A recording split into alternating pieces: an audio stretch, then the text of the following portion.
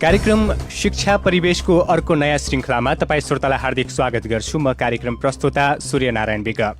देश विकासको प्रमुख आधार मानिएको शिक्षामा भएका व्यथिति, विसङ्गति, भ्रष्टाचार तथा अनियमितताको उजागर गर्ने अभिप्रायले तयार पारिएको कार्यक्रम शिक्षा परिवेश हरेक साताको शनिबार बिहान 9:15 बजेदेखि 10 बजेसम्म रेडियो सान्वी 96.4 मेगाहर्ज तथा इन्टरनेट अनलाइनको रेडियो सान्वी.com र रेडियो सान्वीको अफिसियल फेसबुक पेज मार्फत एकैसाथ प्रसारण हुने गर्दछ।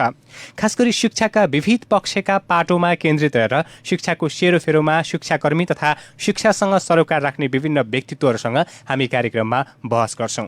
हुन त यो समय अत्यन्तै असामान्य र विश्वव्यापी महामारीको समय हो। यो अवस्थामा मुख्य विषय नागरिक स्वास्थ्यको सुरक्षा रहेको हुँदा अरू विषयहरू गौण हुनु स्वाभाविकै हो।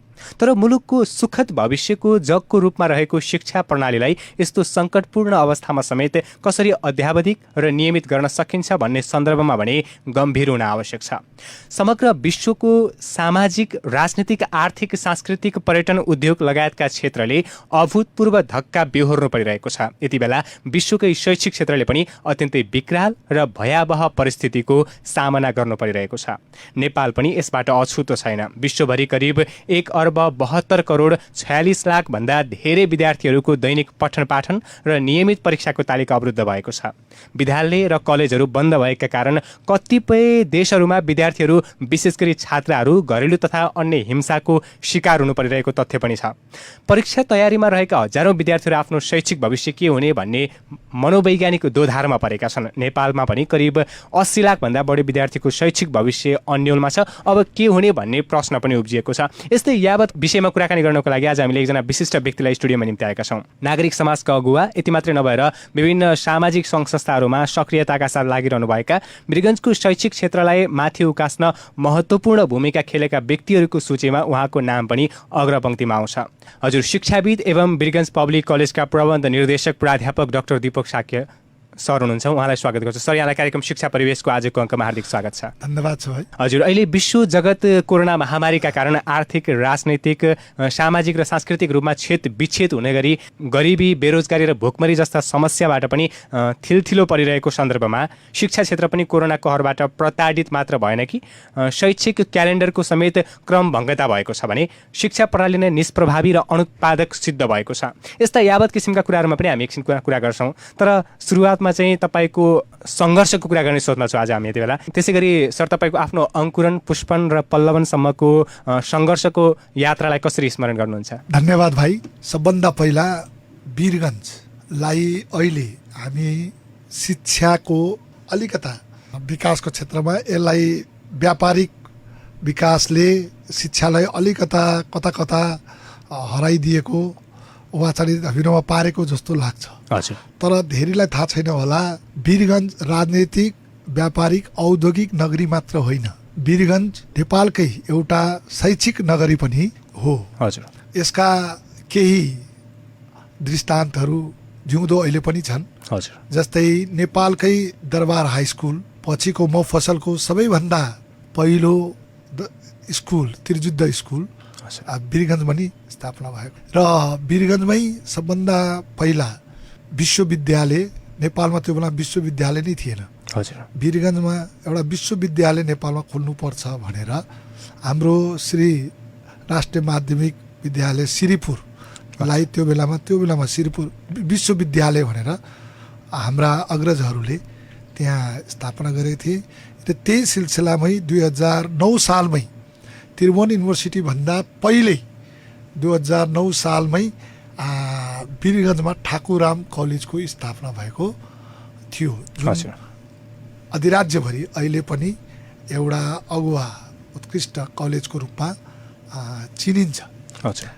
मेरो यो सन्दर्भलाई मैले जोड्न पर्ने थिएन। त्यस ठाउँमा मैले हुर्केको र त्यही ठाउँमा यो पहिला माइस्थान तपाईँ हेर्नुहुन्छ गौवा मन्दिर, त्यो गौवा मन्दिरको परिसरमा मैले 1, 2, 3 क्लास पढेको परिसरमा होइन। हामी पार्टी र बोरा बोकेर त्यहाँ, त्यसपछि माइस्थान स्कुल स्थापना भयो अनि माइस्थान स्कुलबाट मैले एसएलसी गरेँ र एसएलसी गरिसकेपछि मेरो ब्याचलरसम्म इन्टरमिडिएट त्यो बेलामा हाम्रो ठाकुराम नै थियो। हजुर मैले ठाकुरामबाट कमर्सबाट आइकम त्यो बेलामा बिकम भन्थ्यो। हामीले आइकम र बिकम पढेर त्यसपछि ठाकुराम अनि मैले मास्टर डिग्री त्यहाँदेखि त्रिभुवन युनिभर्सिटी गरेँ र त्यसपछि गरेकै सालबाटै 2042 साल म आएँ र 2043 साल होइन असिदेखि मैले ठाकुराममा मैले पढाउन थालेँ र आजसम्म त्यहाँ पढाइरहेको छु। लगभग 13 वर्षसम्म मैले हरिखेतानमा पनि पढाएर एउटा सामुदायिक विद्यालयलाई पनि अगाडि बढाउनुपर्छ भनेर हजुर हामीले चाहिँ यसरी मैले सुरुदेखि जुन ठाउँमा पढेँ र मैले त्यही ठाउँमा शिक्षाको लागि नै सेवा दिनुपर्छ। किन मैले के निकालिदिएँ भने शिक्षा नै हाम्रो समाजको हाम्रो जीवनको राष्ट्रको परिवर्तनको मूल वाहक चाहिँ शिक्षा नै हो। जबसम्म हाम्रो शिक्षाको विकास हुन सक्दैन तबसम्म केही हुन सक्दैन। र त्यो बेलामा शिक्षा भनेको धेरै जसो बाहिर गएर पढ्ने हुने खानेले त्यो बेलामा दार्जिलिङमा गएर पढ्ने होइन, पश्चिमको मान्छेहरू नैनीतालमा गएर पढ्ने, धेरै मान्छेहरू चाहिँ बेङ्गलोरमा गएर पढ्ने यस्ता थियो। र हामीहरू चाहिँ यही सामाजिक एउटा भने सरकारी शिक्षा भनेर शिक्षालाई त्यति महत्त्व दिएको थियो। त्यसकारण सबै त गएर पढ्न सक्दैनन्। त शिक्षालाई स्तरीयता र शिक्षालाई गुणस्तरीय बनाउने हो भने त्यो स्थानीय रूपमै बलियो हुनुपर्छ। त्यो बाहिर जति राम्रो राम्रो युनिभर्सिटी भए पनि त्यसले यदि स्थानीय रूपबाटै भएन राष्ट्रमै भएन भने त्यसले विकासको फाटोलाई परिवर्तित गर्न सक्दैन भन्ने निश्चितले अब हामीले आफ्नै ठाउँलाई राम्रो बनाउनु पर्छ। त्यो शैक्षिक पेसा पनि अति नै मर्यादित एउटा कार्य हो, सेवाको चाहिँ क्षेत्र हो भनेर मैले चाहिँ फेरि शिक्षा नै रोजेँ र त्यो दिनदेखि आजसम्म मैले पढाउँदैछु। र पढाउने क्रममा पनि अहिले पछि आएर मैले आफ्नै पनि एउटा वीरगन्ज पब्लिक कलेज थाहा छ मैले कमर्समा स्थापना गरेँ। र त्यो कलेज धेरैले भन्छ मेरो स्थापना गरेको नै मूल्य कारण चाहिँ मैले पैसा कमाउनु होइन। पैसा चाहिँ एउटा चाहिँ हामीले कर्म गरेपछि त्यसको फल पाउने एउटा होइन पारिश्रमिक हो, तर मेन उसको चाहिँ लक्ष्य र फल। र वीरगन्जमा एउटा प्राइभेटमा किन चाहियो भन्दाखेरि हामी त्यसैले वीरगन्ज पब्लिक कलेज मैले नाम किन राखेँ। यो कलेज भनेको प्राइभेट र पब्लिकको पनि धेरै अहिले हामी कहाँ यो प्राइभेट भनेको चाहिँ एकदम यो माफिया हो, यसमा चाहिँ व्यापारीकरण हो भन्ने कुराहरू पनि धेरै कुराहरू आयो। वास्तवमा त्यस्तो होइन। वास्तव शिक्षा र स्वास्थ्य सरकारकै दायित्वभित्र पर्छ। यसको पूर्ण रूपमा सरकारले नै यसको दायित्व लिनुपर्छ भन्ने मान्यता छ र हो पनि।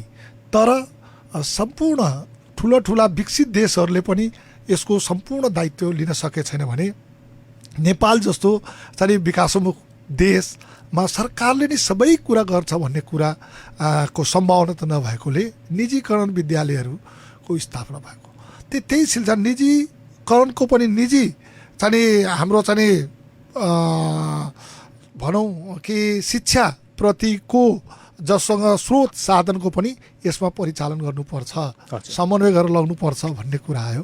र त्यो कुरा पनि मैले पनि महसुस गरेँ। र वीरगन्जमा हामीले एउटा आफ्नै व्यक्ति राम्रो प्राइभेट कलेज एउटा आफूले चलाउन सक्ने, किनभने हरिखेतान र ठाकुरामा पढ्दा त्यहाँनिर केही सरकारी कलेज भएकोले केही लिमिटेसनहरू थियो। त्यसमा हामीले आफ्नो त्यो नियम कानुन अनुशासनभित्र रहेर गर्नुपर्ने, त्योभन्दा बाहिर हामी गर्न सक्थेनौँ। आफ्नो चाहनाले हुन्थेन भने अब हामीले 2 घन्टा पढाए पुग्थ्यो अनि हामीले 22 घन्टा के गर्ने, अनि त्यसै बाहिर बस्नु पर्थ्यो, राजनीतिकरण गर्थ्यो भने यसलाई अब उत्पादनशीलतामा किन नलागु गर्ने भनेर अनि हामीले एउटा कलेजको जरुरी सम्झ्यौँ कि प्रोफेसनल हाम्रो बच्चाहरू सबै मैले अघि नै भने बाहिर जान सक्दैन भने उनीहरूलाई अब कसरी रोक्ने भनेर नि अनि हामीले वीरगन्ज पब्लिक कलेज भनेर खोल्यौँ। अब नामले पनि यसलाई स्पष्ट गर्ला, हामीले पनि इन्टरनेसनल कलेज भनेर राख्न सक्थ्यौँ होला। तर मैले किन भने भन्दाखेरि हेर्नुहोस् वीरगन्जमा कलेज एउटा खोलेको मुख्य उद्देश्य यो प्राइभेट भए पनि यो वीरगन्जवासीको कलेज हो, त्यो एउटा कन्सेप्ट दिनलाई मान्छेको भावनामा वीरगन्जको हो कलेज र वीरगन्जवासीहरूको लागि हामी खोलौँ भनेर हामीले एउटा वीरगन्ज राख्यौँ। अनि पब्लिक किन राख्यौँ भन्दाखेरि हेर्नुहोस् धेरैको चोक थियो, पब्लिक भनेको खालि सरकारी हो सरकार होइन, शिक्षा स्वास्थ्य जन अस्पताल होस् अथवा यो भनेको पब्लिक प्रोपर्टी, ब्याङ्क यिनीहरू पब्लिक प्रोपर्टी नै हो। त्यसलाई सञ्चालन गर्ने माध्यम भनेको के हो, प्राइभेट हो। तर त्यो हर सरकारको नीति नियम कानुनलाई स्वच्छ र सामुदायिक जस्तै पालना गरेर चलाउने हो। त्यसलाई व्यवस्थापन गर्ने एउटा विधि मात्रै परिवर्तन। त्यसकारण यो पब्लिक नै हो भनेर हामीले वीरगञ्ज पब्लिक कलेज भनेर खोल्यौँ र वीरगञ्ज एउटा कमर्सियल ठाउँ होइन, औद्योगिक नगरी भएको हुनाले यहाँ माइन्ड पावरहरू जनशक्ति हामी के हेर्थ्यौँ, कलकत्ताबाट पटनाबाट हामी चाहिँ राजस्थानबाट होइन बम्बई यताबाट आउँथ्यो कि यत्रो हाम्रो मान्छेहरू छ भने यहाँ यत्रो उद्योग धन्दा त्यहाँलाई माइन्ड पावर त चाहिन्छ भने अब हामीहरूले यो खालि आइकम बिकम पढाउने म्यान पावरलाई त्यो अनुसारको चाहिन्छ प्रोफेसनल मान्छेहरू जन्माउने भनेर यहाँ हामी सक्छौँ। सबै बाहिर त गएर पढ्न सक्दैन भनेर अनि हामीहरूले एउटा कमर्सलाई मात्रै एउटा प्रोफेसनल रूपमा म्यान पावर उत्पादन गर्ने भनेर मानव स्रोतहरूलाई सक्षम मानव स्रोतलाई उत्पादन गर्ने भनेर वीरगञ्ज पब्लिक कलेज भनेर खोल्यौँ। सुरुमा त निकै नै गाह्रो। हामीले एउटा कन्या स्कुल छ यहाँ होइन, सुन्दरवन कन्या स्कुलमा 4वटा कोठा लिएर एउटा अफिस होइन लिएर हामीले स्थापना गऱ्यौँ। स्ट्रगल थियो त्यो बेला, 2टा स्ट्रगल थियो। एउटा त प्राइभेट यो पब्लिकको लागि हो, यसलाई अलिकति परिवर्तित गरेर प्रोफेसनलिजममा खालि क्लासमा पढाइ हुनु हुँदैन, त्यसको व्यक्तित्वको कुरा, पर्सनालिटी डेभलपमेन्टका कुरा, कम्युनिकेसनल स्किलका कुरा, लिडरसिपका कुरा पनि चाहिन्छ हामी राख्छौँ भन्दा त्यो सम्झाउनु धेरै गाह्रो।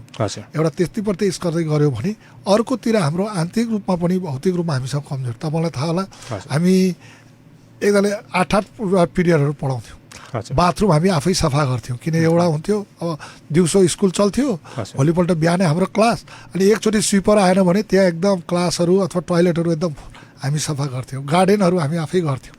हामीले त्यसरी स्ट्रगल गरेर होइन सानो कोठाबाट हामीले स्थापना गऱ्यौँ र पछि केही दिनमै सबैले भनिन्छ यदि मन स्वच्छ भयो, उद्देश्य असल भयो, काम गर्ने श्रम होइन हातहरू बलियो भयो भने फल पनि राम्रै पाउँछ भने जस्तो हामीले त्यही कुरादेखि लिएर हामी बढाउँदै गयौँ। आज 2 दशक अर्थात् 20 वर्षमा आज हामीले एउटा आफ्नै ठुलो भवन 3000 विद्यार्थीहरूलाई +2 देखि लिएर मास्टर डिग्रीसम्म कक्षाहरू सञ्चालन गर्दै सक्छौँ भने यहाँबाट उत्पादित भएको हजारौँ विद्यार्थीहरू आज ब्याङ्क, इन्सुरेन्स, इन्डस्ट्री चाहिँ अब सरकारी कार्यालयहरू आदिहरूमा चाहिँ उत्कृष्ट व्यवस्थित रूपमा उनीहरूले चाहिँ सेवाहरू दिइरहेको छन् र हामीले पाएको अहिलेसम्मको एचिभमेन्ट खुसी पनि त्यही हो। हजुर सर, पक्कै पनि मैले यहाँको यो सङ्घर्षको कथा धेरैलाई चाहिँ उत्प्रेरणा, त्यसपछि प्रेरणाको विषय, हौसला जगाउन सक्छ भन्ने हिसाबले नै मैले हजुरको सङ्घर्षबाट सुरुवात गर्न खोजेको। खास गरी कार्यक्रम शिक्षा परिवेशको कुरा गरिरहँदाखेरि विगतमा तपाईँहरूको पालामा तपाईँहरूले गरिरहेको सङ्घर्षलाई अहिलेको पिँढीले चाहिँ त्यति नपछ्याएको, दुःख गर्न चाहिँ नमान्ने किसिमको देख्नुहुन्छ, के देख्नुहुन्छ यहाँले चाहिँ? अब समयले त फरकिलो पर्छ। हजुर हजुर। अहिले पैसातिर मान्छेको होइन भने माथि अहिले आर्थिक रूपमा अलिकता समृद्धितिर मान्छे लागिरहेको छ। त्यो बेलामा हाम्रो अर्थ भनेको धेरै न्यून हुन्थ्यो पहिला। अब तपाईँलाई भनौँ, जब मैले ठाकुरामा काम गरेँ मेरो तलब 2370 रुपियाँ थियो पहिलो ग्रेडिङ, 2370 रुपियाँमा काम गर्थेँ। मैले हरिखेतानमा पढाउँदाखेरि 600 रुपियाँ मैले महिना पाउँथेँ।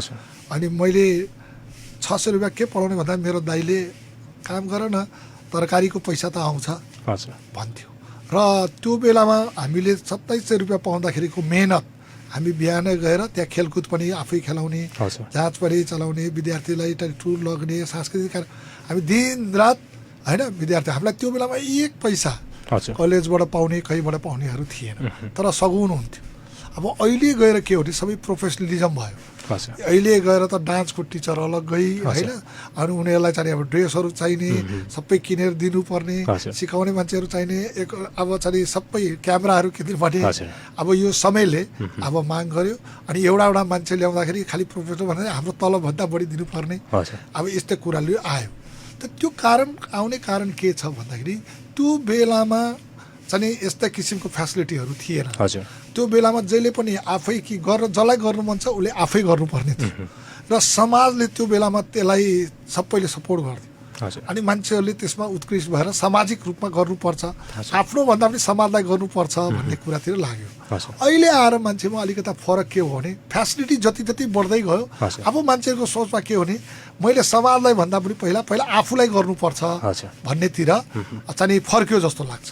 यहीँनिर फरक छ। हिजो हामी समाजलाई भनेर गर्ने थियौँ, अहिले जो पनि गर्दाखेरि समाजलाई पछि पहिला आफ्नो भनेर यो अलिकता फरक मैले देखेँ। तर मैले के भन्न चाहन्छु भने समाजलाई राम्रो गरेर आफ्नो उन्नति भयो भने त्यो स्थायित्व हुन्छ। हजुर। आफ्नो मात्रै राम्रो गरेर समाजलाई हामीले बिगाड्यौँ भने त्यो अस्थायित्व हुन्छ, हजुर। होइन? आज हामीले जस्तै मैले भनौँ न, मैले आज यहीँ पढेर मेहनत गरेर म प्रोफेसर भएँ। हजुर। अब म प्रोफेसर मेरो आफ्नो मेहनतले समाजलाई सेवा गर्दै पाएको भने त्यो एउटा समाजले दिएको मलाई एवार्ड हो, मेरो लाइफ लङ हुन्छ। त्यो नगएर मैले आज किनेर मैले केही क्षणिक रूपमा मैले फुटबल खेलेँ, केही क्षणिक रूपमा मैले खुब नाम कमाएँ, तर मैले कन्ट्रिब्युसन समाजमा दिएन भनेको चाहिँ मेरो च्याप्टर के हुन्छ त्यही च्याप्टरसँगै समाप्त भएर जान्छ। त्यसकारण मैले अहिले फेरि समाजलाई जसरी रूपान्तरित समयले हुन्छ, अहिले समाजलाई मैले के देख्न चाहन्छु या के भन्न चाहन्छु भने अब समाजले फेरि मान्छे व्यक्तिवादीबाट चाहिँ हामी समाजवादीतिर चाहिँ हामी रूपान्तरित हुनु पर्छ। हाम्रो परिवार, हाम्रो समाज, राष्ट्रको मा व्यक्तिको जीवन गाँसिएको हुन्छ। त्यसकारण जब हामी आफ्नो विकासको कुरा गर्छौँ भने समाजको त्यस्तै शिक्षाले पनि त्यही कुरा हो, होइन? त्यसकारण मैले भन्छु भने शिक्षा आफूलाई लिने हो भने मैले लिएको शिक्षा, आज म पिएचडी गरेँ, म प्रोफेसर भएँ, मैले आफूलाई मात्र राखेँ भए मेरो के भ्यालु हुन्थ्यो? दीपक भनेको त जिरो हुन्थ्यो नि, केही भ्यालु हुन्थ्यो। जति मैले अरूलाई मैले यो इलाबोरेट सेयरिङ गरेँ, मेरो शिक्षा जति मैले समाजलाई दिएँ, होइन, हामीले आउने छोराछोरीहरूलाई दिएँ, भाइ बहिनीहरूलाई मैले जति राम्रो शिक्षा दिएँ, त्यति के हुन्छ भने समाज समुन्नति हुन्छ। त्यो समाज समुन्नति हुने त्यति मेरो भ्यालुजहरू पनि अनि बढ्छ। त्यसकारण मैले के हेर्छु भने हिजो र आजको शिक्षामा, हिजो सामुदायिक रूपमा तपाईँले हेर्नुहुन्छ होला, यो जति पनि वीरगन्जमा पनि मैले अघि युनिभर्सिटीको ठाकुरामको कुरा गरेँ, तिर्जुको कुरा, यहाँको समुदायको व्यक्तिहरूले, होइन, आजको मूल्याङ्कन गऱ्यो भने त्यो अर्बौँमा छ। तर हाम्रा यहाँका सामाजिक शैक्षिक व्यक्तित्वहरूले, होइन, ती आफ्नो घर, आफ्नो फ्याक्ट्री नबनाएर यहाँको ठुलो ठुलो शिक्षाको धरोहर किन बनायो होला? आफ्नो परिवारको लागि, होइन? यो कारणले कि त्यो मैले बनाइदिएँ भने सम्पूर्ण मेरो वीरगन्जको वासीहरूले त्यहाँ पढ्न पाउँछन्, छोराछोरीले पढ्न पाउँछन् र उनीहरूको जीवन स्थिरता बढ्छ, समाजको स्थिरता बढ्छ भनेर उनीहरूले त्यत्रो धरोहरहरू उनीहरूले चाहिँ के गर्छ भने नि बनाइदिएको छ। त त्यो कुराहरू इतिहासलाई हामीहरूले बिर्सिनुहुन्न, इतिहासलाई हामीले अध्ययन गर्नुपर्छ, इतिहासबाट सिक्नुपर्छ र जसले त्यसप्रतिको आफ्नो लगानी गरेको छ त्यसको चाहिँ हामीहरूले सधैँ नै सम्मान गर्नुपर्छ जस्तो मलाई लाग्छ। हजुर, पक्कै पनि विगतमा यो तराईका 22वटा जिल्लाहरूको एकदमै शैक्षिक हब नै थियो वीरगन्ज, होइन? विभिन्न क्षेत्रबाट यहाँ पढ्न आउनुहुन्थ्यो अनि त्यसपछि यही क्षेत्रले नै प्रधानमन्त्री समेत दियो, त्यसपछि मन्त्रीहरू समेत दियो, ठुल्ठुला पदोहतामा पनि पुगे, उद्योगी व्यवसाय पनि ठुल्ठुला भयो यहीँ पढेर, अनि त्यसपछि कोही पढेर यहीँ स्थापित पनि हुनुभयो धेरै। तर अहिलेको पढाइ चाहिँ डिग्रीमा मात्रै सीमित भएको हो कि भन्ने पनि कता कता प्रश्न उब्जिएको छ, यसलाई कसरी लिनुहुन्छ? हो, निश्चित। अहिले म जहिले पनि भन्छु अहिलेको पढाइ भनेको केमा माथि? सर्टिफिकेटमा निर्भर गर्छ। हजुर, मान्छेले सर्टिफिकेट पाएपछि सबै चिज हुने। हजुर, म पनि यति सालदेखि पढाउँछु, धेरै आमा बुवाले भन्छौँ फेल भयो भने बच्चालाई हामीले कतै कतै फेल भयो भने चाहिँ सर उसलाई पास गरिदिनु न भनेर आउँछ। जाँचमा अलिक कडाइ गऱ्यो भने सर यति कडाइ किन गर्नुभएको, तपाईँको मात्रै कलेज छ, होइन, अलिक लुज गरिदिनु न भनेर आउँछ। कतिपयले त फेल भयो भने हेर्नुहोस्, होइन, पारी गएर सर्टिफिकेट पनि लिएर आउँछ। हेर्नुहोस्, उसलाई पास भए पुग्छ। म धेरैलाई सोध्छु, अहिले पनि म हेर्छु, कतिपय हाम्रो एमबिएसमा पढाउँछु, ठाकुरामा हेर्नु होला, त्यहाँ एमबिएसमा 300-400 जनाको इनरोलहरू छ। क्लास लिन आउने त्यहाँ 15-20 जनाभन्दा बढी आउने।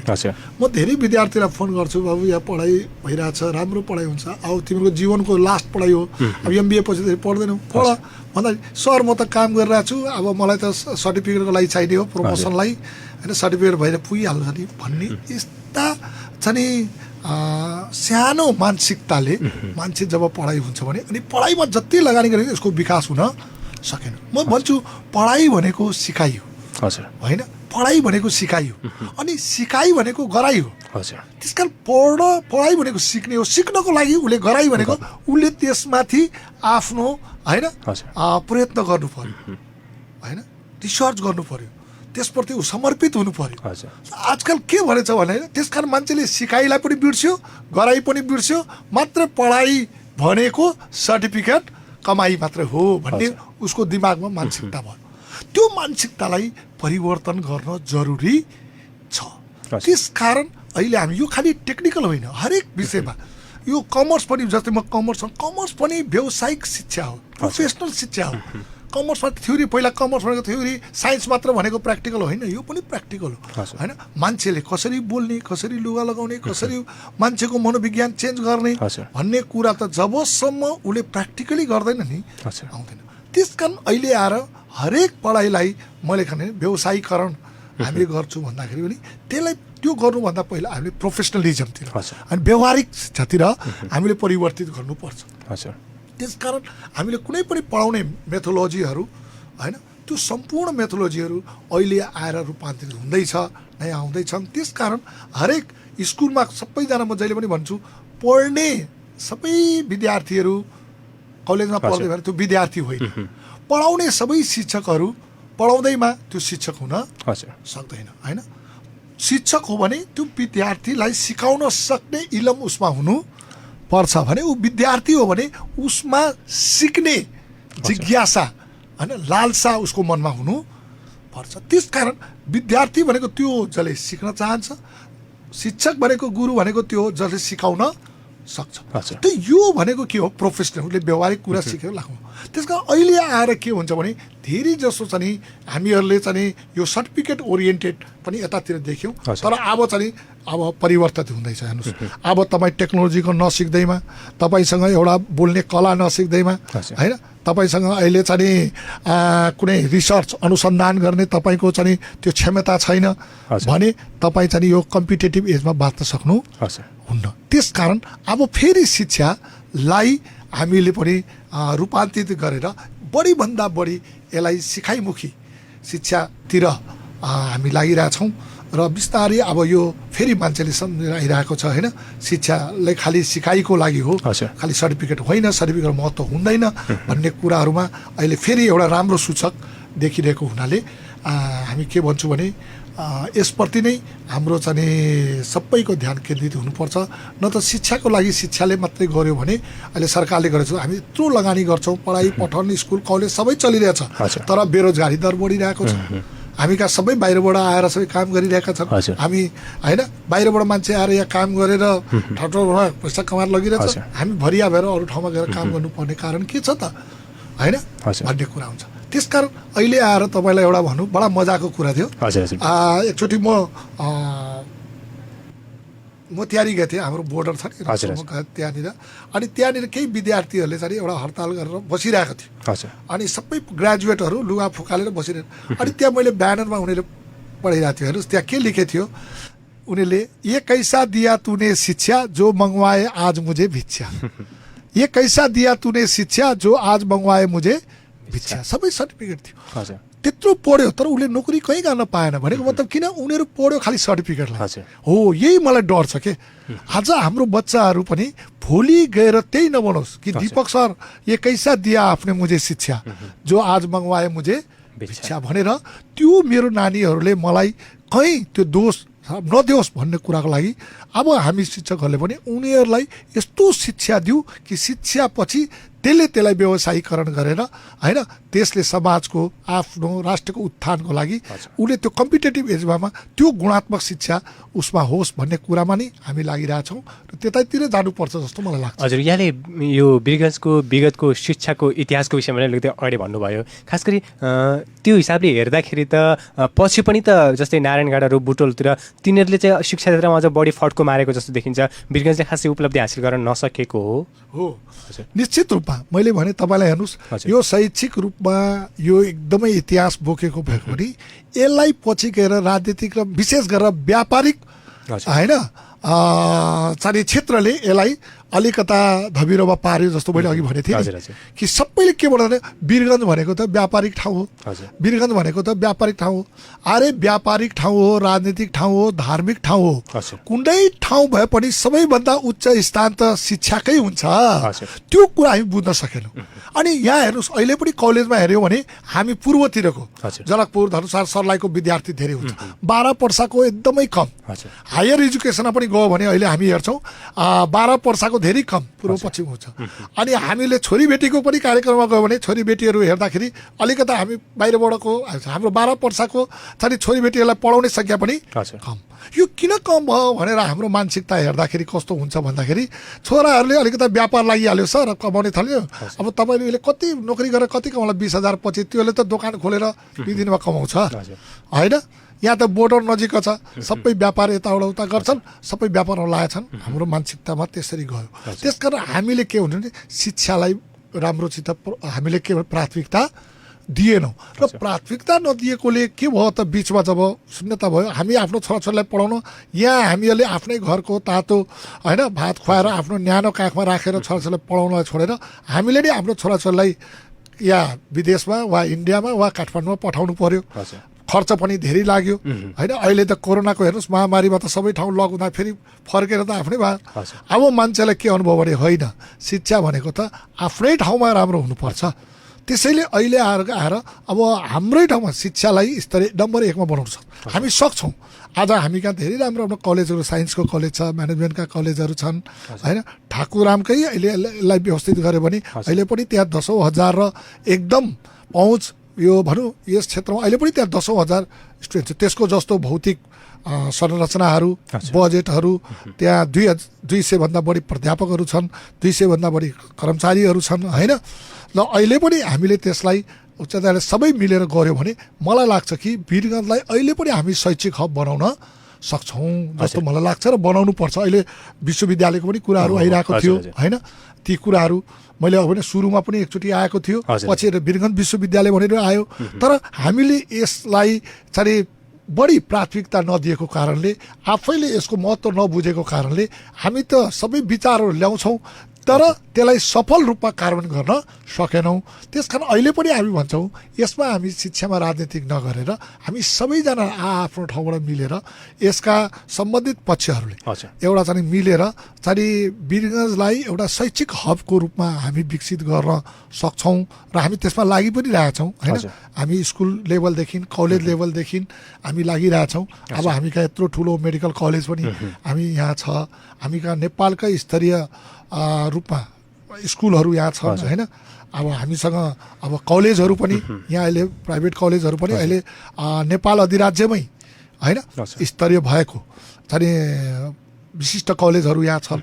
त्यस कारण यसलाई अब हामीले बिस्तारै व्यापार शिक्षा जे पनि समाजको विकास गर्नको लागि शिक्षाको विकास नभएसम्म कुनै विकास हुन सक्दैन। त्यस कारण शिक्षालाई हामी सबैले एउटा सामूहिक हाम्रो आवश्यकता ठानेर वीरगञ्जमा शैक्षिक चाहिँ एउटा हबको रूपमा विकास गर्नुपर्छ जस्तो मलाई लाग्छ। हजुर सर, मैले यसो अनुमान लगाउँदाखेरि एउटा संयोग भन्नुपर्छ कि के भन्नुपर्छ होइन। जस्तै श्रीपुर स्कुल छ, त्यहाँ चाहिँ राधेमाईबाट, त्यसपछि रानीघाटबाट हरेक ठाउँबाट त्यहाँ 10 मिनटमा त्यो क्षेत्रलाई समेट्न सकिन्छ। त्यसपछि माइस्थान विद्यापीठ छ, त्यो चाहिँ त्यहाँ क्षेत्रका मान्छेहरू जुनबाट पनि 10 मिनटमा त्यहाँ पुग्न सक्छन्। त्यसपछि त्रिजुद्ध स्कुल, त्यहाँ पनि के अरे आदर्शनगर छपया, त्यसपछि नगवा लगायतका विद्यार्थीहरू 10 मिनटमा पुग्न सक्छन् कि। त्यसरी पहिले पनि एउटा वैज्ञानिक आधारमा त्यसरी चाहिँ नजिक पाइपर्ने हिसाबले चाहिँ बनाइएको जस्तो मैले बुझ्दाखेरि त्यस्तो पाएँ। अनि अहिले चाहिँ सङ्ख्यात्मक रूपमा पनि एकदमै कलेजहरूको सङ्ख्या, स्कुलहरूको सङ्ख्या एकदमै बढिराखेको छ, तर पनि शिक्षाको स्तर चाहिँ एकदमै खस्किँदो अवस्थामा छ। यो एकदमै दुःखदायी विषय हो नि होइन र? हो त, मैले अघि नै भने हेर्नुहोस् वीरगञ्जमा शिक्षाविदहरू र शिक्षाको दानवीरहरू मलाई लाग्छ नेपालमै हेर्ने हो भने वीरगञ्जमा अति ठाकुराम बहुमुखी क्याम्पस मैले भने त्यो भयो, माइस्थान स्कुलदेखि सबै यो चाहिँ दानवीरहरूबाटै पाएर हो र बडो वैज्ञानिक यहाँका विशिष्ट हाम्रो मोहन प्रसाद लाखे, जगत मोहनजीहरू जस्ता विज्ञ नेपालमै भिसी भइसक्नुभएका शिक्षा आयोगको सदस्य भएका उहाँहरूको ठुलो कन्ट्रिब्युट व्यक्तित्वहरू पनि यहाँ छन् शिक्षामा होइन। उहाँहरूले नै स्थापना गरेर आएको। त्यस कारण अहिले आएर किनभने सबभन्दा ठुलो मान्छेले यो बुझ्न सकेन, अलिकता सरकारको नीतिले पनि सामाजिक यो एउटा चाहिँ शिक्षा, अर्को चाहिँ निजी शिक्षा भन्ने कुराहरू आयो। मलाई यहाँनिर आएर कता कता हामीहरू यो द्वन्द्वमा हाम्रो शिक्षाको विकास हुन सकेन हुन्छ। जहाँ पनि छ अहिले हेर्नुहोस्, दिल्लीमा कुरा गरौँ, जब केजरीवालको सरकार आयो, दिल्ली सरकारले शिक्षालाई सबभन्दा पहिलो केजरीवालको सबभन्दा पहिलो उसको उपलब्धि शिक्षा हो दिल्लीमा होइन। र दिल्लीमा शिक्षा उहाँले कसरी विकास गर्यो, उसले प्राइभेटलाई कहिले पनि गाली गरेन, प्राइभेटलाई बहुत प्रोत्साहित गर्यो।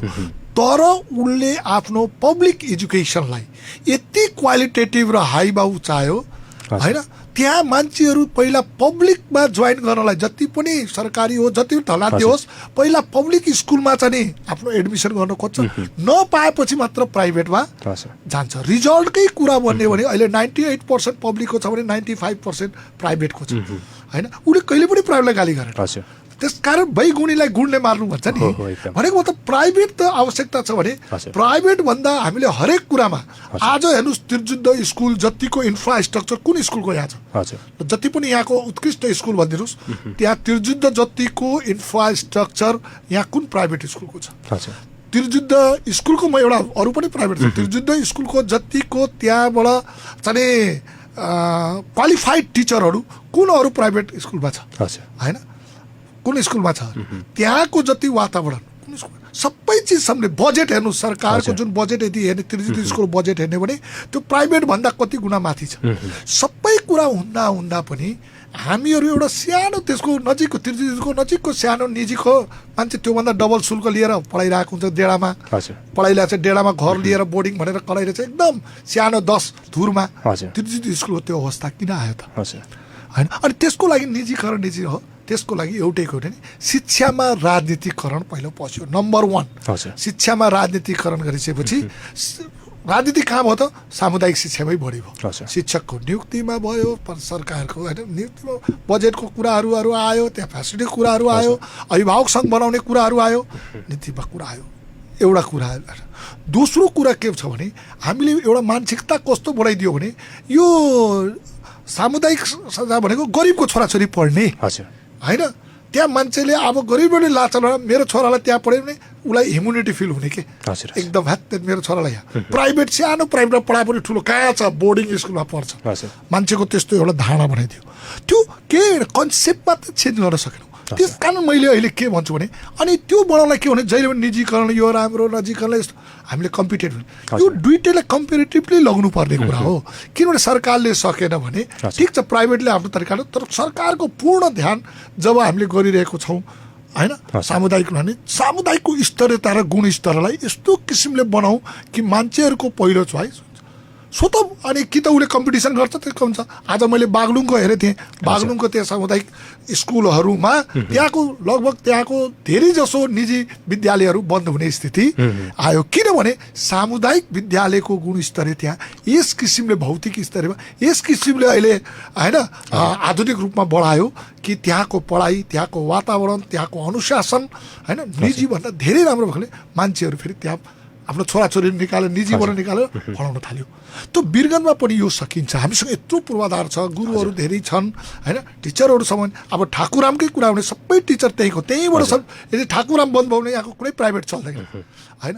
यहाँ पनि अहिले सामुदायिकमा जति टिचरहरू छ बोर्डिङमा त्यहाँको स्पेसल टिचर स्पेसलाइजेसनको टिचरहरू त्यो सामुदायिकबाट गएन भने बोर्डिङले पढाउन सक्दैन भने हामीसँग सबै कुरा छ, तर हामीले त्यो स्तरता र गुणस्तरीयता बढाउन सकेनौँ। किनभने शैक्षिक अनुशासन हामीले चाहिँ स्थापना गर्न सकेनौँ। जहिले पनि सरकार नीति ल्याउने प्राइभेट भनेको चाहिँ एकदम माफिया हो भन्ने एकातिर नकारात्मक ल्याउने अनि पब्लिकमा पढाइ हुँदैन पोलिटिक्स मात्र हुन्छ भन्ने कुराहरू यस्ता किसिमका मानसिकताहरूलाई हामीले खोज्छौँ। हामीसँग सरकारको स्पष्ट नीतिहरू भएनन्। गुणस्तरलाई अभिवृद्धि कसरी गर्ने भने राम्रोलाई प्रसार गर्ने भन्ने भएन। शिक्षालाई कम्तीमा राजनीतिक भन्दा टाढा राख्नु भन्ने भएन। शिक्षालाई त झन् सबैले राजनीतिको माग्ने खाने भाँडो बनायो के त्यहाँ। अहिले पनि हेर्नु न जहाँ पनि अहिले कोरोनाको कुरा भइरहेछ अहिले क्वारेन्टाइन जम्मै स्कुलमै छ। ठिक छ स्कुलमा राख्यो, अब त पढ्ने वातावरण त बढाउनु पर्यो नि। अहिले उद्योग धन्दा व्यापार सबै खोल्नेतिर लागिरहेछ, तर शिक्षा खोल्नेमा कसैको ध्यान छैन। जहिले पनि म तपाईँहरूकै रेडियोमा जब कुरा सुन्दाखेरि पनि जहिले पनि खालि माफिया अनलाइन हुन्छ कि हुँदैन, अनलाइन लिएर पैसा कमायो, खालि त्यही कुरा मात्रै हुन्छ होइन। हामीले कहिले पनि शिक्षालाई अब खोल्नेतिर लाग्यो है, हाम्रो छोराछोरीको भविष्य बिग्न थाल्यो, एकाडेमिक क्यालेन्डर अब 6 महिना भइसक्यो, हामीले कसरी हुन्छ यसलाई खोल्नेतिर लागौँ, सक्नेले अनलाइन नसक्नेले कुन अर्को वैकल्पिक विधिहरू बनाऊ, पहिला खोलौँ अनि पैसा कसलाई कति दिनु पर्ला के कुरा हो होइन। यसलाई मिलाउँ, शिक्षकहरूले पनि राम्रो पढाइदियोस्, हाई पैसा दिन त यस्ता कुरै छैन होइन। त जहिले पनि हामीले यसले गर्दाखेरि के हो त हाम्रो छोराछोरीको अहिले हेर्नुहोस् त कसको हो, कसले पढ्न पाएछ, न धनीको न गरिब, यो त यस्तो बेलामा आएको छ। हजुर। र मैले अघि नै भने शिक्षा भनेको कुरा त यस्तोसँग सम्बन्धित छ, गरिब धनी कालो गोरो होइन, हजुर। बाहुन छेत्री नेवार हरेकलाई, हरेक बडो हरेक जतलाई यो चाहिने भएको हुनाले यो हाम्रो समस्या हो, हाम्रो आवश्यकता हो भने यसलाई कसरी अगाडि बढाउँछ। त्यस कारण म भन्छु अहिले पनि अब हामीले सामुदायिक शिक्षाहरूलाई वीरगन्जमा शिक्षाको स्तर जति जति घट्छ वीरगन्जको स्तर त्यति त्यति घट्छ। त्यस कारण वीरगन्जलाई यदि विकास गर्ने हो भने शिक्षाको विकास गर्नुपर्छ र यहाँ प्रचुर हाम्रो सम्भावनाहरू छ। उदाहरण हामीले दिइसक्यौँ, हामीले प्राइभेटहरूले पनि अहिले नेपालमै, मैले भने मेरै कलेजले 2 चोटि 3 चोटि यो नेपाल अधिराज्यमै हामी चाहिँ उत्कृष्ट कलेज भनेर हामी अहिले 5-5 वटा एवार्ड 1 साल होइन 2 साल 3-3 सालदेखि हामीले पाइरहेको छु। अरू कलेजले पनि पाएको छ होइन। क्युए कलेज हरिखेतान क्युए कलेज पनि भइसक्यो भने होइन। एनआईले साइन्समा चाहिँ एकदम राजनीति छन्, ओम इन्टरनेसनल छ होइन, यस्ता छन् भने प्राइभेट पनि छ भने प्राइभेटको त अब पब्लिकको त हाम्रो ठाकुराम, हाम्रो सामुदायिकमा हरिखेतान यो अधिराज्यमै चिने कलेजहरू छ। अब नेसनल मेडिकल, अब मेडिकलमै जाने हो भने नेसनल मेडिकलको अहिले होइन अधिराज्यमै एउटा चाहिँ उत्कृष्ट मेडिकल कलेजमा आउँछ। त यो सबै कुरा हाम्रो हेर्दाखेरि वीरगन्जलाई हामी पुनः भन्छौँ एउटा शैक्षिक हबको रूपमा हामी विकास गर्न सक्छौँ। तर यसमा सबैको चाहिँ एकदमै सकारात्मक यसमा चाहिँ समन्वय र सहकार्य हुनुपर्छ जस्तो मलाई लाग्छ। हजुर, म पनि यही विषयमा प्रवेश गर्दै थिएँ। यहाँले पनि अगाडि अलिकति प्रवेश गरिसक्नुभयो। यो अहिलेको कोरोना भाइरसको महामारीका कारण शिक्षा क्षेत्र एकदमै धेरै नै प्रभावित भएको छ र अब बिस्तारै बजारहरू खुल्ने क्रम छ, त्यसपछि यातायात पनि चलाउने क्रम एकदमै जारी भइसकेको छ। अब शिक्षा क्षेत्रलाई चाहिँ कसरी खुलाउन सकिन्छ, कसरी सञ्चालन गर्न सकिन्छ, यस विषयमा पनि यहाँको धारणा के छ? सबभन्दा पहिला त हामीले सबै कुरालाई लक गरेर हजुर कोरोनाबाट उन्मुक्त हुन सक्दैनौँ। एक अर्को कुरा सबै चिज लक गरेर राख्ने हो भने कोरोनाबाट भन्दा पनि कोरोनाको करबाट बढी प्रभाव पर्छ। हजुर, जसको हामीले प्रत्यक्ष मैले सुरुदेखि भनिरहेको वीरगन्जकै कुरा ल्याउनु भने अहिले यहाँ 42 जना मात्रै कोरोनाबाट मर्यो होइन। 58 जनाभन्दा बढी त मान्छे आत्महत्या गरेर मर्न थालिसक्यो होइन। त्यस कारण अब हामी हेर्छौँ कोरोनाको रोगभन्दा होइन भोकको कहरले मान्छे मर्न थाल्यो भने यो भनेको मैले सुरुदेखि भनिरहेको थिएँ, यो भनेको के भने सामाजिक जीवन भनेको सामाजिक र आर्थिक चक्र हो होइन। यो चक्र जहाँ रुक्छ मान्छेहरूको सम्पूर्ण कुराहरू रुक्छ, रोक्नु हुँदैन। त्यस कारण एउटा कोरोना आयो, कोरोना आइसकेपछि विश्वव्यापीमा यस्तो त्रास फैलायो, वर्ल्ड इकोनोमीलाई एकछिनको लागि ढ्याक्कै रोक्यो। रोक्ने बित्तिकै यहाँ नेपालमा होइन अब ठुल्ठुलो देशदेखि सानो हल्लिन थाल्यो होइन। विकसित मूल्यदेखि बेरोजगारिता, अमेरिकाको कुरा गरौँ त्यहाँ अहिले लाखौँ करोडको बेरोजगारिता दरहरू घट्यो बढ्यो होइन। हामीले चाहिँ ठुल्ठुलो देशहरूको आर्थिक चाहिँ उनीहरूको चाहिँ बजेटै सबै भयो। यो किन भयो भनेर भन्दाखेरि उनीहरूले पछि झसङ्ग उनीहरू के भने ओहो कोरोनाको एकछिनको मारले हामीले पुरा इकोनोमीलाई बन्द गरिदिँदाखेरि त यसको प्रभावले त टोटल इकोनोमिक क्राइसिस भयो, सामाजिक क्राइसिस भयो होइन हाम्रो। त्यस कारण हाम्रो त यो जीवन नै खत्तम भयो। त्यस कारण हामीले कोरोनालाई व्यवस्थापन सँगसँगै हाम्रो आर्थिक, सामाजिक, सांस्कृतिक, शैक्षिक संरचनाहरूलाई पनि त्यस्तै गरेर प्यारालाइज रूपमा लग्नुपर्छ भन्ने कुराहरू आयो। तपाईँले हेर्नु होला त्यही कारणले अमेरिकाले सबभन्दा अहिले नम्बर 1 मा होइन कोरोनाबाट सङ्क्रमित र मर्नेहरूको सङ्ख्या छ। अमेरिकाले कहिले लकडाउन होइन बन्द गरेन, अधिराज्यमा गरेन। इन्डियाले सुरु गर्यो त्यो यत्रो अहिले एक दिनमा 1 लाख मान्छे लगभग कोरोना सङ्क्रमित छ। तर हामी सुन्छौँ दिनौँ अब ट्रेन पनि चल्ने, कलेज पनि उसले चाहिँ आफूलाई खुकुलो गर्दै गयो। यसले के देखायो भने अब संसारले के देख्यो, ओ कोरोना भन्दा त कोरोना कहरले भन्यो। त्यस कारण यसलाई व्यवस्थित गर्न सक्दो रहेछ। किनभने यदि कोरोनाबाट प्रभावित भएर मर्नेको सङ्ख्या हेर्नु भने 0.001 पोइन्ट छ टोटल पपुलेसनको भने त्योभन्दा बढी त मान्छे एक्सिडेन्ट भएर मर्छ, आत्महत्या गरेर मरिरहेछ। त्यस कारण यसले मात्र डराएर त हामीले टोटली कुरा तोस हुने भयो भने अब यसलाई व्यवस्थापन गरेर अरूलाई पनि चलाउन लाग्नु पर्छ भन्ने कुराहरू आयो। आज 6 महिना पछिको तितो अनुभव हामीलाई वीरगन्जमै छ नि त। हामीले 6 महिना बन्द गर्यौँ, हामीले के पायो? आज 6 महिना पछि हामीले पुनः बजारहरू खुल्दाखेरि हिजो र आजमा के फरक थियो त? केही थिएन नि त। आखिर 6 महिना बन्द गरेर त हामीले कुनै होइन होइन त्यो व्यवस्थापन गरेर लगेको भए सायद आज हामी यति कष्टकर पनि हुने थिएन। अब व्यवस्थापन गरेर चलाउन सक्छौँ भनेर हामीले चलाइरहेको छौँ। त यही सिलसिलामा अहिले पनि मैले हेर्छु खोल्ने भन्छन्, तर मुख्य रूपमा अहिले शिक्षालाई, अरू पनि छन्, तर शिक्षालाई खोल्ने कसरी भन्ने कुरामा अहिले पनि मान्छेहरूलाई ऊ चाहिँ शिक्षा भनेको एकदम भिड हुने ठाउँ हो, त्यसलाई चाहिँ सबभन्दा पछि खोल्नुपर्छ भन्ने कुरा राख्छ। होइन, शिक्षालाई पनि हामीले व्यवस्थित गरेर सुरक्षित रूपमा सञ्चालन गर्न सकिन्छ र सञ्चालन गर्ने पद्धतितिर हामी लाग्नुपर्छ भन्ने कुराहरू मेरो मान्यताहरू छन्। होइन, सकिन्छ खोल्न। अब यसको सकिन्छ 2-3 कुरा on the for the timing. अहिले तुरन्तै जबसम्मको अब हाम्रो क्वारेन्टाइनहरू हामीले खाली गर्न सक्दैनौँ, होइन, जबसम्म हामीले व्यवस्थापन नीति निर्धारण गर्न सक्दैनौँ, होइन, एउटा वातावरण बनाउन सक्दैनौँ भने त्यो बेलासम्मलाई हामीले चाहिँ अनलाइनबाट पनि टचमा हुनु पर्यो। शैक्षिक वातावरण बनाउनलाई एउटा अनलाइन भन्ने कुराहरू आयो। धेरैको यसमा यो पनि कुरा छ, अनलाइनबाट यो हुँदैन त्यो हुँदैन, अनलाइन पढाएर खालि पैसा ठग्नलाई गर्यो। त्यसकारण हामी हेर्छौँ कतिपय चुनावमा खुल्यो फेरि बन्द भयो। तपाईँको टिभीले नि, होइन, टिभीले अब रेडियोले एफएमले चाहिँ यस्ता कुराहरू सुन्यो, फेरि पछि गएर के गर्यो, बन्द गर्यो, फेरि अहिले खोल्दैछ। तर मेरो भनेको त्यो भने अब टेक्नोलोजीको जमाना छ। हिजोसम्म हामी अलिकता टेक्नोलोजी भनेको थाहा थिएन, हामीले कस्तो लाग्थ्यो। तर अरूहरूले त यो त 10 वर्ष यो कोरोना आउनुभन्दा पहिलेदेखि यो प्र्याक्टिस थियो नि। अब यसलाई हामीले ल्याउनु पर्यो बिस्तारै। हामीले ल्याउँदाखेरि अहिले हेर्नु अनलाइनको पढाइ पनि बिस्तारै सुरु हुँदै गयो। कतिले पहुँच पुग्न सकेन, ठिक छ, कतिसँग अहिले चाहिँ अब वाइफाई महँगो होला भन्ला, मोबाइल नहोला, गाउँमा होला, तर एउटा सुरुवात भयो। यो त यही विधिले चलाउने भनेको नि यो त अहिले कोरोना स्पेसल बेलाको बेलामा यसलाई सुरुवात गर्ने जसले विद्यार्थीको एउटा मनोवैज्ञानिक जुन एकदम भ्याकुम भएर बसेथ्यो एउटा सुरुवात गर्ने हो भन्ने कुरा। त्यसकारण अब यसलाई बढीभन्दा बढी कसरी पहुँच पढाउने त्यसमा पो सोध्नु पर्यो। पहुँच पुगेन भन्ने कि पहुँच कसरी पुर्याउने भन्ने हो। मेरो जहिले पनि धारणा त्यही हो। हामीले अनलाइनको पहुँच पुगेन, यो प्रभावकारिता भएन, यसले खालि विद्यार्थीले गरिबले पढ्न पाएन, त्यसका यो बन्द गर्ने भन्ने कि त्योसम्म कसरी पहुँच पुर्याउने, वाइफाईलाई सजिलो कसरी गराउने, गाउँघरतिर चाहिँ कसरी यसलाई चाहिँ पुर्याउने पहुँच, होइन, यो कुरातिर हामी लाग्नु पर्यो।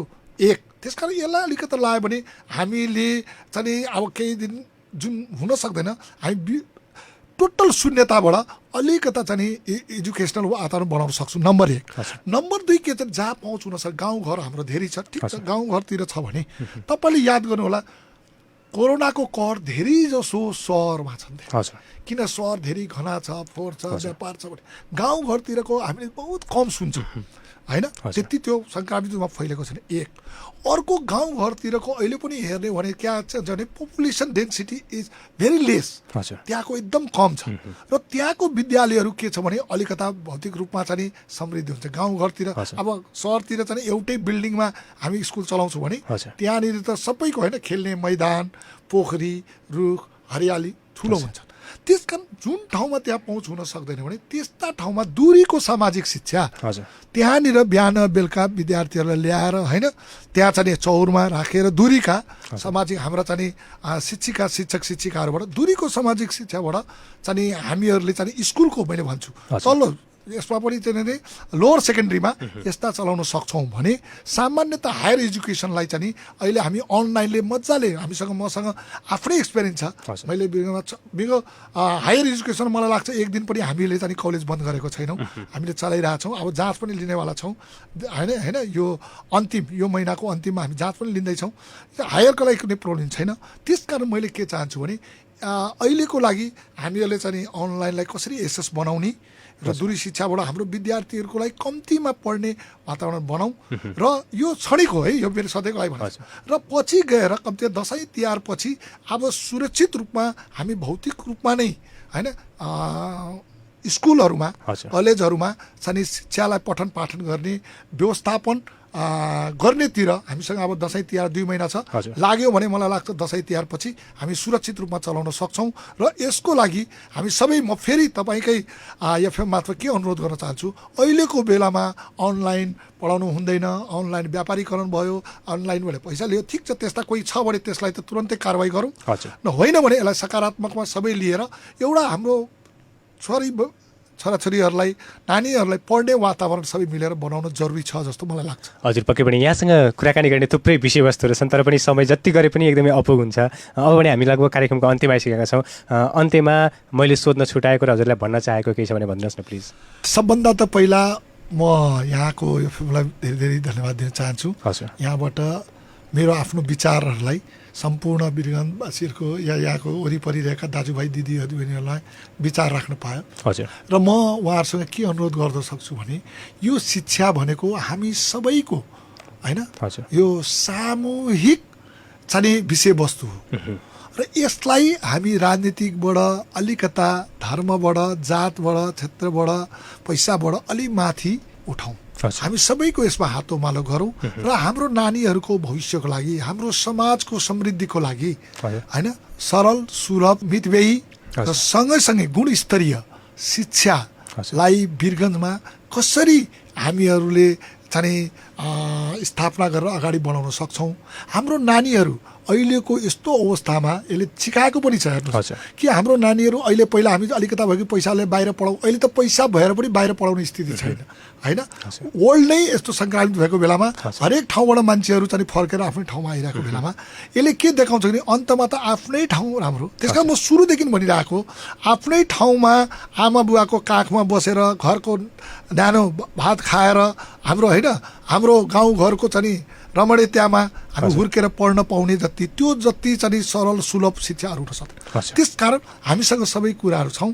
हामी कहाँ त्यसमा एउटा सकारात्मक चाहिँ समन्वय सहयोग सहकार्य हामी गरौँ र वीरगन्जलाई एउटा असल शिक्षा दिने हब बनायो भने हाम्रो छोराछोरीहरूको चाहिँ भविष्य हामीले उच्च गुणस्तरीय शिक्षा हामी वीरगन्जबाटै दिन सक्छौँ। र यसमा हामीहरू समर्पित भएर बसेकोले उहाँहरूलाई म एकदम मेरो व्यक्तिगत अनुभव र मेरो व्यक्तिगत 40 वर्षसम्म मैले पढाएँ, मेरो अनुभवले के भन्छ भने यदि हामीले चाह्यो भने वीरगन्जमै हामीले अति न्यूनतम शुल्कमा गुणस्तरीय राष्ट्रिय मात्रै होइन अन्तर्राष्ट्रिय स्तरकै शिक्षा हामी दिन सक्छौँ। यहाँहरूको स्नेह माया होइन आशीर्वाद र सहकार्य हुन जरुरी छ। त्यसको लागि हामी सबैले सकारात्मक रूपमा यसलाई सोचौँ होइन हातेमालो गरौँ भन्ने म उहाँहरूलाई विनम्र अनुरोध गर्न चाहन्छु। हजुर आगामी श्रृङ्खलामा पनि यहाँसँग कुरा गर्ने अवसर जुरोस् भन्दै अहिलेलाई भने हामीले दिनुभएको यो महत्त्वपूर्ण समय र संवादको लागि धेरै धेरै धन्यवाद। धन्यवाद भाइलाई पनि। हस् धन्यवाद। हजुर उहाँसँगको कुराकानी सँगसँगै अब भने हामी कार्यक्रम शिक्षा परिवेशको अन्त्यमा छौँ। यतिन्जेलसम्म कार्यक्रम शिक्षा परिवेश विभिन्न माध्यमबाट सुनेर साथ दिनुभएका तपाईँ तमाम श्रोतावर्गमा हार्दिक हार्दिक आभार प्रकट गर्न चाहन्छु। अनि त्यसपछि मलाई टेक्निकली सपोर्ट गर्ने सत्येन्द्रजीलाई पनि विशेष विशेष धन्यवाद भन्दै अर्को साता फेरि फरक अतिथिका साथ उपस्थित हुने बाचा गर्दै म कार्यक्रम प्रस्तुता सूर्य पनि बिदा हुन्छु। सुन्दै गर्नुहोस् रेडियो सान्वी 96.4 मेगाहर्ट्ज। नमस्कार, शुभ दिन। Congratulations to all SCE graduates. Birganj Public College, the best way school in the region. सन् 2018 र 19 को the best B school of province 2 बाट सम्मानित साथै प्रदेश नम्बर 2 के एकमात्र आईएसओ मान्यता प्राप्त कलेज हो बिरगन्ज पब्लिक कलेज। यसै शैक्षिक सत्र 2077 का लागि बिरगन्ज पब्लिक कलेजले कक्षा 11 मा व्यवस्थापन संकायका लागि मर्निङ अनि डे शिफ्टमा भर्ना खोलेको जानकारी गराउँदछौँ। साथै यही शैक्षिक सत्रबाट कम्प्युटर विषय पनि अध्यापन गराइनेछ। एडमिसन फर्म र प्रोस्पेक्टस यही असार 17 गतेबाट वितरण भइरहेको छ। प्रोस्पेक्टस फारम र थप जानकारीका लागि सम्पर्क Birgunj public college, main building, Panitanki 10 Birgunj. सम्पर्क नम्बर 051 53 21 98 र